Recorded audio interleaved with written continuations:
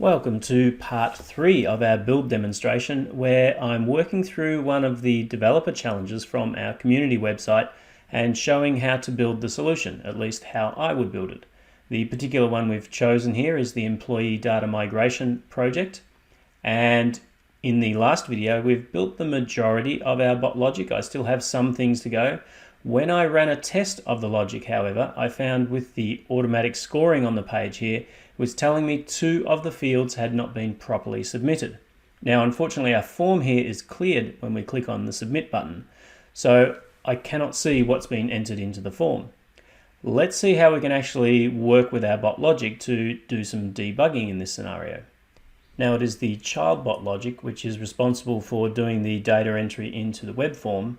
And although this piece of logic is called by our parent bot, I can actually test this independently by just clicking on run here and feeding in the parameters that would normally be fed in by the parent bot.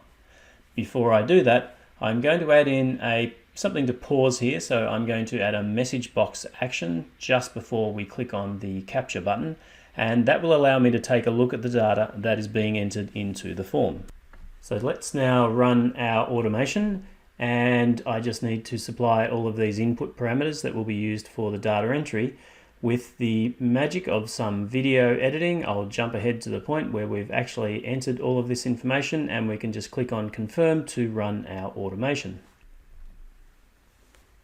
Okay, so as the bot starts performing the data entry, I can pretty much see straight away that there's a problem with the first name and the last name. And it seems to be frozen here. I just realized that the state value I entered is not going to be a value that's found in the drop-down list, so that's not a problem. Let's stop our bot and we'll have a look at why it's got my last name in the first name field and nothing has been entered into the last name. Now, despite the fact that we couldn't enter an invalid value into the state field, our automation did complete successfully, as you see here.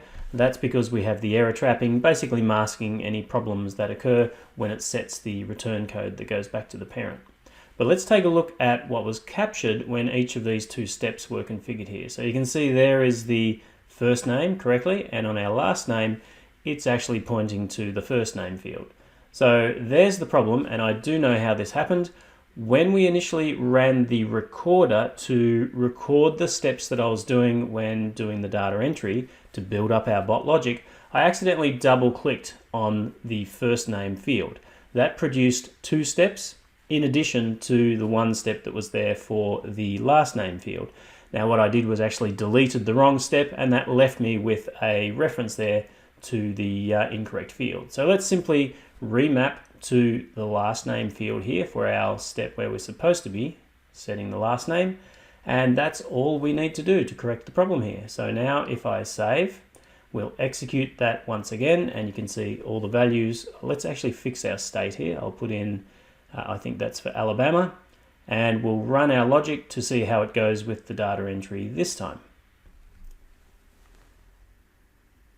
And that looks much better. It's correctly entered the first name and last name, which were my 2 problem fields. And there's our pause. So we've solved our problem with the data entry. Okay, so here is the point at which we are calling the child bot for the data entry, and you can see all of the parameters which are being supplied over there. Now, something we haven't done is added some logic to decide what to do when we get our status value back, and that status value indicates an error. So let's actually add some logic to handle that now. So after the taskbot run step here, what I would want to do is put in an if condition to check that status variable. So I simply drag that across, and then I select the particular condition or the particular type of condition I want to create. Note that we can check booleans, date times, all sorts of things here like files and folders and so on.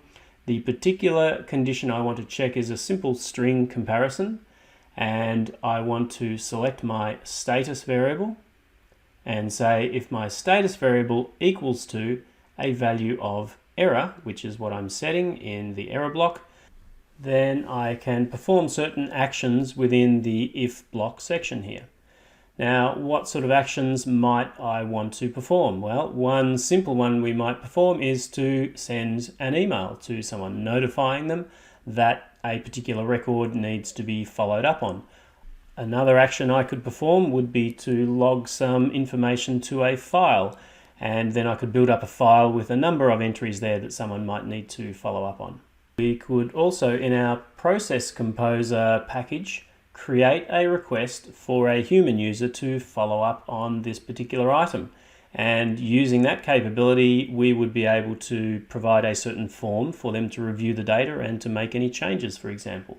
That process request would appear in their in tray. There's many different things we could do. It's really up to your organization and how you would want to follow up on any problems caused in the data entry process to ensure that everything was successfully migrated. So that is our challenge completed and the end of the build demonstration. I hope I illustrated for you just how easy it is to build automations with Automation Anywhere, and I hope I also provided some insights into how to debug your automation logic. Feel free to try out any of the other automation challenges on our community website, and thank you for watching.